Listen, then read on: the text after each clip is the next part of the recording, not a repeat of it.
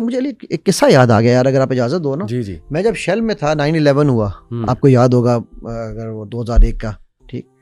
तो मेरे बॉस ने मुझे बुला लिया। हम कंपनी में 3 ही मुसलमान थे, 200 बंदा काम करता था और तीनों ही पाकिस्तानी थे इत्तेफाक से। सही।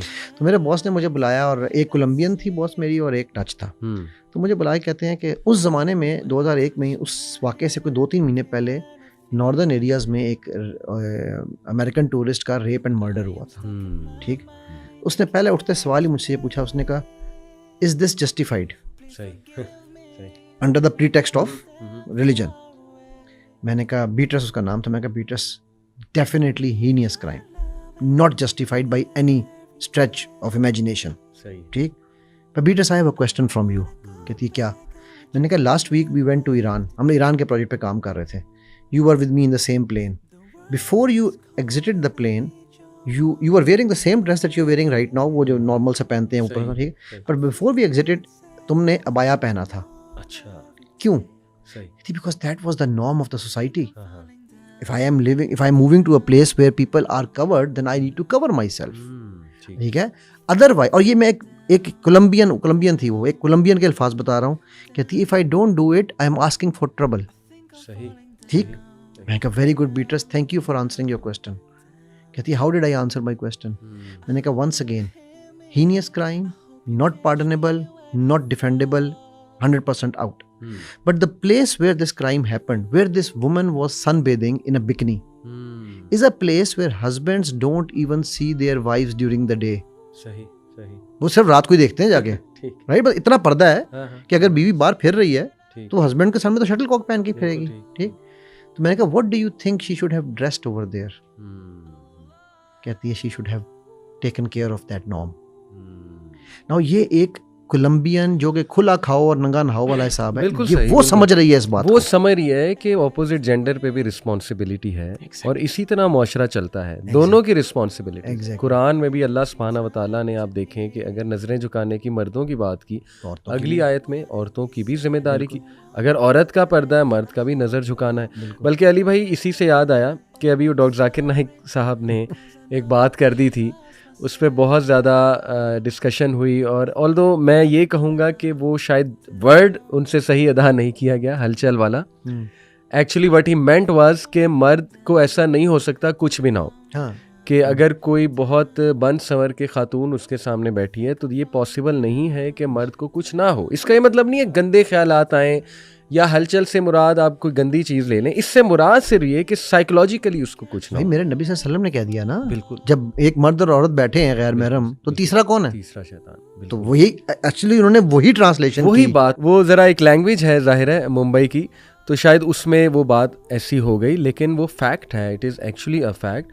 देखें, इसीलिए तो कुरान ने कहा नजरें झुकाओ। बिल्कुल। एक सहाबी थे, वाक़या है सही बुखारी में, शायद फुज़ैल नाम था उनका गालिबन, मे बी मुझे अभी भूल रहा है। एनीवे, नबी सल्लल्लाहु के साथ हज पे वो थे और नबी सल्लल्लाहु के साथ कैमल पर बैठे हुए थे। खूबसूरत सहाबी थे, इंतहाई हैंडसम सहाबी थे। एक खातून आई नबी सल्लल्लाहु से आकर, यंग खातून, उन्होंने कोई सवाल पूछा। खातून भी बहुत खूबसूरत थी और आपको पता है हज के मौके पे कबर फेस नहीं होता, जाहिर है वो नहीं। तो सहाबी वाज लुकिंग एट हर, नबी सल्लल्लाहु अलैहि वसल्लम ने नोट कर लिया। अल्लाह के नबी ने उनका चेहरा पकड़ा और यूं मोड़ दिया। ये क्यों किया? साफ जाहिर है, नजर आ रहा है कि ये एक फैक्ट है कि बंदा जब देखेगा और अट्रैक्ट होगा। ये अल्लाह ने हमारी नेचर में डाला है। और ये एडवर्टाइजमेंट इंडस्ट्रीज को पता है क्यों वो औरत को लेकर भाई आप देखो, अंडरवियर मेल है जी, इश्तिहार लड़की बना रही है। सही, बिल्कुल, इसीलिए है ना। जी, जी, उसको जी, पता है कि जी हमने, अच्छा फिर वो स्प्रे, आप बॉडी स्प्रे है, सुंघा लड़की को रहे हैं। हाँ। उनको पता है, दे नो दैट। बिल्कुल, इवन जिलेट का इश्तिहार, उसमें लड़की खड़ी की हुई है। तो एनीवे अली भाई, coming back to the topic, ये जो आपने गालियों वाली बात की, मैं नोट कर रहा था और मुझे यूथ भी बताते रहते हैं कि इवन अब बॉलीवुड मूवीज और टीवी सीरीज जिनमें गालियां हमने कभी नहीं देखी, नहीं सुनी, अब आम है, अब गंदी गालियां आम है, एफ वर्ड आम है। हाँ। और उसमें ये उर्दू की, पंजाबी की गंदी गालियां आम है उनकी टीवी सीरीज में। और ये जाहिर है फिर जब हमारी बच्चियां देखती हैं तो वो समझती हैं दिस इज समथिंग कूल, एक नॉर्म बन गया। तो it is quite unfortunate. But anyway Ali भाई, ये जो बहुत बड़ा इशू है, देखें आपने ठीक है एक पॉजिटिव बात की, आपने कहा कि नहीं अभी उस तबाही पर नहीं हम गए, इंशाल्लाह मैं भी यही उम्मीद करता हूँ, बल्कि मर्द करेक्ट भी करना चाहता है अपने आप को।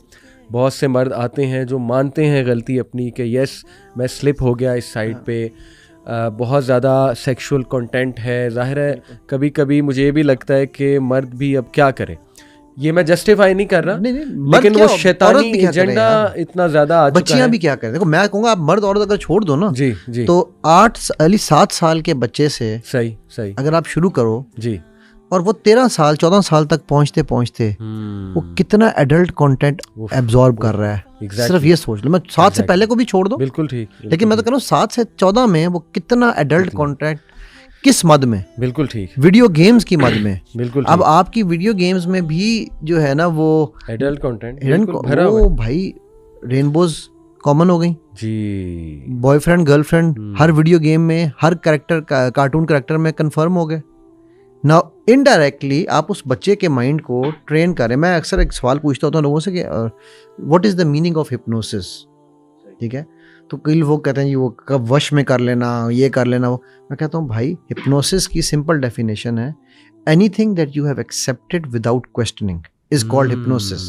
सही सही। So we I have been hypnotized, डॉक्टरों का आजमूदा, सही, किस डॉक्टर का भाई क्या रिसर्च की थी उस डॉक्टर ने, बिल्कुल ठीक। इसी तरह इन गेमों में हम लोग हिप्नोटाइज हो रहे हैं डेफिनेटली कि ये नॉर्म है, बिल्कुल ठीक। अब जब आपका 13 साल का बच्चा आपसे ये को आप पकड़ते हैं, अभी मेरे पास एक रिसेंट केस आया है 10 या 10.5 मैक्सिमम 11 से ऊपर मेरा ख्याल बच्चे की एज नहीं है, सही। उसकी माँ कह रही है जी कि मैंने उसके मोबाइल में, ठीक है, पोर्न पकड़ी है।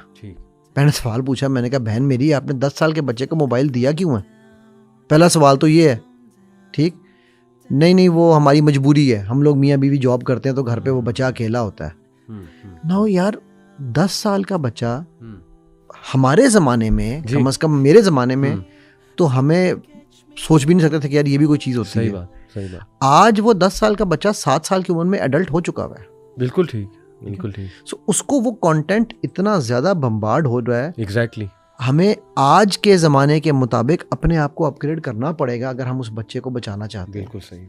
और मैं इसमें एक जुमला ऐड करूंगा पेरेंटिंग के हवाले से। लोग मुझे कहते हैं जी पेरेंटिंग कैसे होनी चाहिए, मैं कहता हूँ अनकंडीशनल लव से। एग्रीड। फिर लोग कहते हैं अनकंडीशनल लव में तो बच्चा बागी हो जाएगा। मैंने कहा पहला पार्ट आसान है, जो दूसरा पार्ट है ना, unconditional love with actual practical action of your own. क्योंकि जब आप लव अनकंडीशनल देंगे, प्रैक्टिकल करके दिखाएंगे। इसकी मिसाल मैं यूं देता हूँ, जो बाप खड़े होकर पेशाब करता है ना, ठीक है, मैं बिल्कुल ओपन ये बात कर रहा हूँ, वो मेरे पास जब आता है जी मेरा बच्चा खड़े होकर पेशाब करता है, मैं उनसे पहला सवाल पूछता हूँ आप खड़े होकर करते हैं? नहीं जी वो तो बाथरूम के अंदर बच्चे को कैसे पता चलेगा? तो मैं उनको बताता हूँ this is called energy flowing. ठीक है, कि आप जो काम हिडन कर रहे हैं ना, उसकी एनर्जी वहाँ जा रही है। सो ये yes, coming to your point, situation तो गंभीर है, समस्या तो